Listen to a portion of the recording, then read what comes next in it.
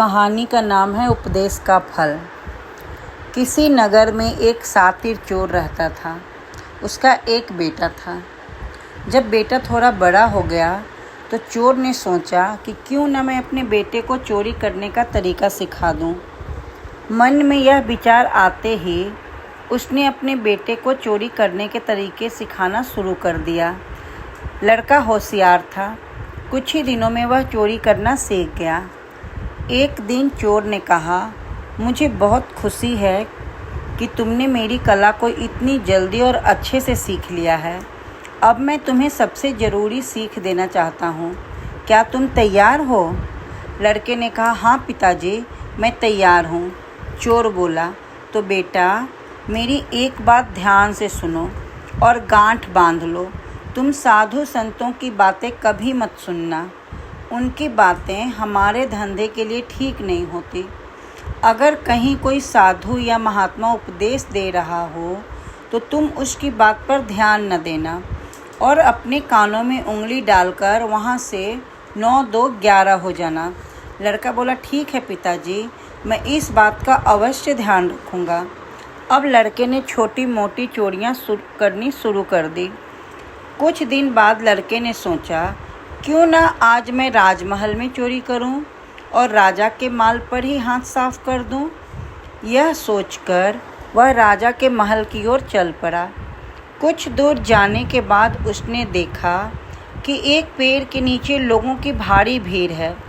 उसने उधर से आते हुए एक आदमी से पूछा, वहाँ इतनी भीड़ क्यों जमा है? उस आदमी ने बताया, वहाँ एक महात्मा उपदेश दे रहे हैं। यह सुनते ही लड़के को अपने पिता की सीख याद आ गई।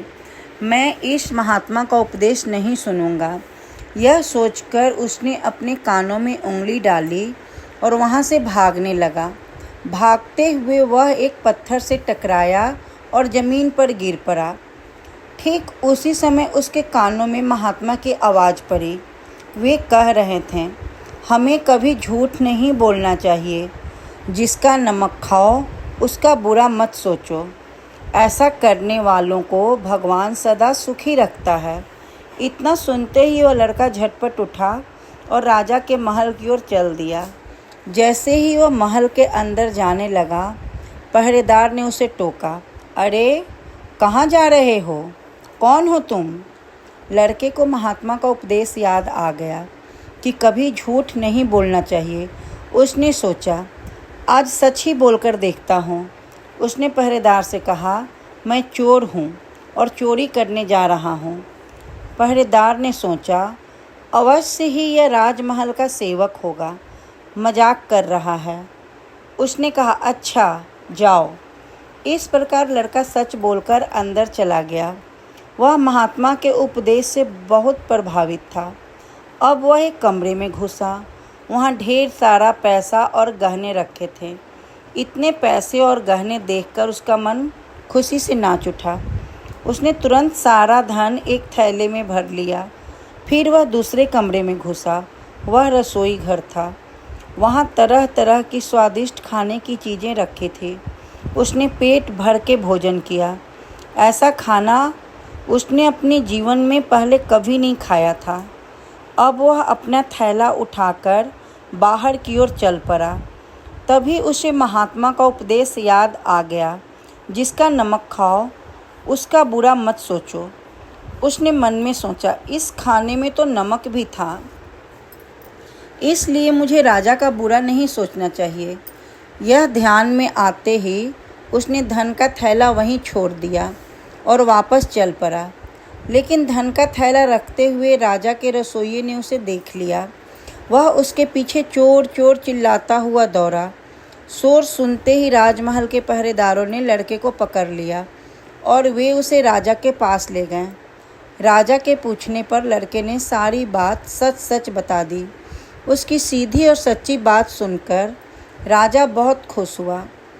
उसने कहा, तुम एक सीधे और सच्चे इंसान हो, बस तुम्हें गलत शिक्षा दी गई है। आज से तुम राजमहल में काम करो, तुम पहरेदार की नौकरी दी जाती है। यह सुनकर लड़का बहुत प्रसन्न हुआ। उधर जब लड़का कई दिनों तक घर नहीं लौटा तो उसके पिता को चिंता हुई। उसने सोचा कि शायद वह कहीं पकड़ा गया है। कुछ दिनों बाद जब वह लड़का अपने घर आया तो उसने सुंदर वस्त्रों में देखकर पिता आश्चर्य में पड़ गया। लड़के ने कहा, पिताजी, आप तो कहते थे कि किसी साधु संत की बात मत सुनो, लेकिन मैंने एक महात्मा की बातें सुनी और उनका पालन किया। अब देखो उनके उपदेश का फल, मुझे राजमहल में एक अच्छी नौकरी मिल गई है। लड़के की बात सुनकर पिता की भी आंखें खुल गई। उसने भी चोरी करना छोड़ दिया। किसी ने सच ही कहा है, संत संगति में रहने से बुरा आदमी भी सुधर जाता है।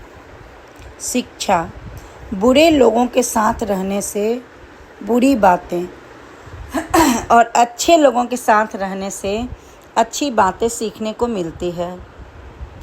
इसलिए बच्चों, हमेशा अच्छे बच्चों की संगति रखना चाहिए।